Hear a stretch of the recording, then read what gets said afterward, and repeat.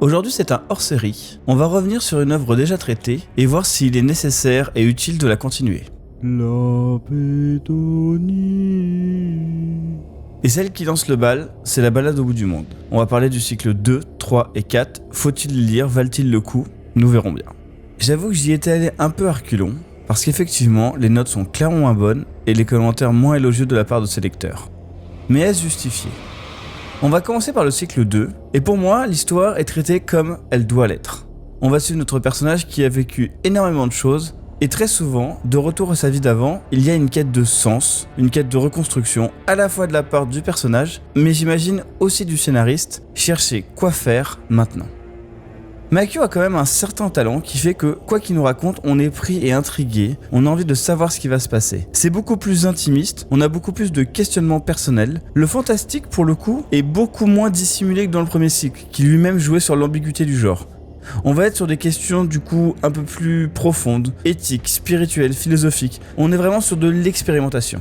Les nouvelles questions qui sont posées sont assez intéressantes, et je trouve que malheureusement le tome 8, qui est le dernier du cycle, est un peu en dessous et rend finalement l'ensemble un petit peu plus convenu que ce qu'il nous avait promis dès le départ. On a un bon départ, une conclusion un peu moins bonne, c'est dommage, mais c'était très intéressant. Pour le cycle 3, Makio et ou son éditeur ont eu envie de réagir aux critiques. Ils ont eu envie de recoller avec ce qui avait déjà marché, c'est-à-dire le royaume. On ne me fera pas croire que l'autocollant posé sur le premier tome du cycle 3 n'est pas clairement pour dire « on a compris ce que vous vouliez, vous allez l'avoir, ne vous inquiétez pas ». Je vais pas spoiler, mais je trouve que les deux premiers tomes se ressemblent. Et on a le plaisir de revenir effectivement à ce que les gens qui ont aimé cette saga aiment. J'ai apprécié de voir comment il a évolué, ce qui est en cours et ce qui est réglé depuis. Le principal est surtout là. Et moi j'avoue que en tant que fan, j'ai quand même eu un petit plaisir à lire ça.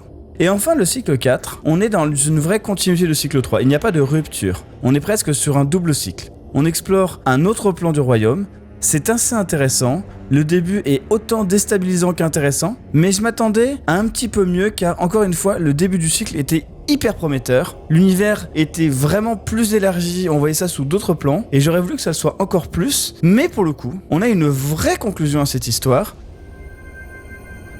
Si comme moi vous avez adoré le premier cycle, et vous auriez raison car c'est un chef-d'œuvre, les cycles souvent souffrent un peu de la comparaison, mais il y a toujours des qualités.